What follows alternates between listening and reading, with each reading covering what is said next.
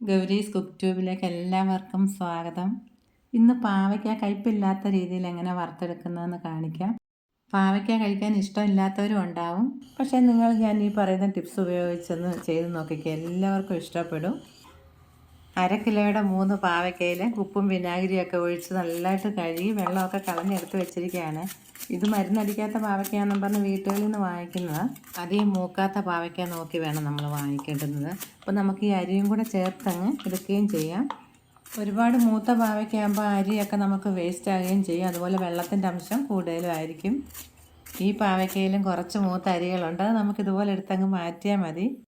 പാവയ്ക്ക എല്ലാം അരിഞ്ഞെടുത്തിട്ടുണ്ട്. ഇനി ഇത് വറുക്കാൻ ആവശ്യമായിട്ടുള്ള മസാല ഉണ്ടാക്കിയെടുക്കുന്നതിന് വേണ്ടി 1 ടീസ്പൂൺ പെരുംജീരകം പൊടിച്ചതിലേക്ക് 1 കൈ വെളുത്തുള്ളി തൊലിയോട് കൂടിയതും 1/2 ടീസ്പൂൺ കല്ലുപ്പും കൂടെ ചേർത്ത് വെള്ളം ചേർക്കാതെ അരച്ചെടുക്കാം. കല്ലുപ്പില്ലെങ്കിൽ പൊടിയുപ്പ് ചേർത്താൽ മതി. ഇപ്പോൾ ഒരു നന്നായിട്ട് അരിഞ്ഞിട്ടുണ്ട്.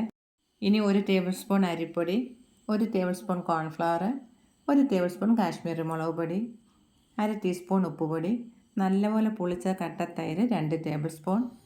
ഒന്ന് പുരട്ടി നോക്കിയപ്പോൾ കുറച്ച് തൈരും കൂടെ ചേർക്കാമെന്ന് തോന്നി 1/2 ടേബിൾ സ്പൂൺ തൈരും കൂടെ ചേർക്കുന്നുണ്ട്. ഇതിൻ്റെ കൂടെ 1 ടീസ്പൂൺ പഞ്ചസാര ഇപ്പോൾ ചേർത്തത്. 1/2 ടീസ്പൂൺ പഞ്ചസാര മതി, ടേബിൾ സ്പൂൺ അല്ലേ. മഞ്ഞൾപ്പൊടി 1/4 ടീസ്പൂൺ. പാവയ്ക്ക ഉടയാതെ മസാലയിൽ നന്നായിട്ട് പുരട്ടിയെടുക്കണം. വളരെ പതുക്കെ പുരട്ടിയെടുത്താൽ മതി. ഒരു പ്രാവശ്യമായിട്ട് ഒക്കത്തില്ലെങ്കിൽ കുറച്ച് മസാലയും പാവയ്ക്കയും കൂടെ മാറ്റിയ ശേഷം 2 പ്രാവശ്യമായിട്ട് പുരട്ടിയെടുക്കാം.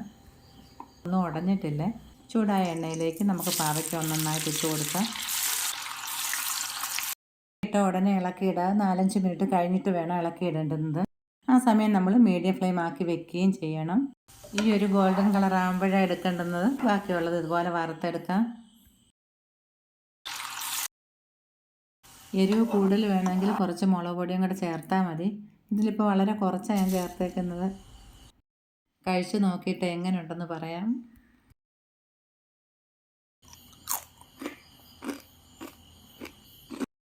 നന്നായിട്ടുണ്ട്, വെറുതെ പറയുന്നതല്ല.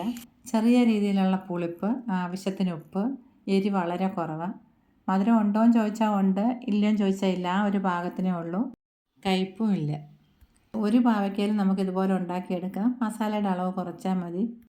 നിങ്ങളും ഇതുപോലെ ഒന്ന് ഉണ്ടാക്കി നോക്കിയിട്ട് അഭിപ്രായങ്ങളൊക്കെ പറയണേ. വീണ്ടും കാണാം. Thank you.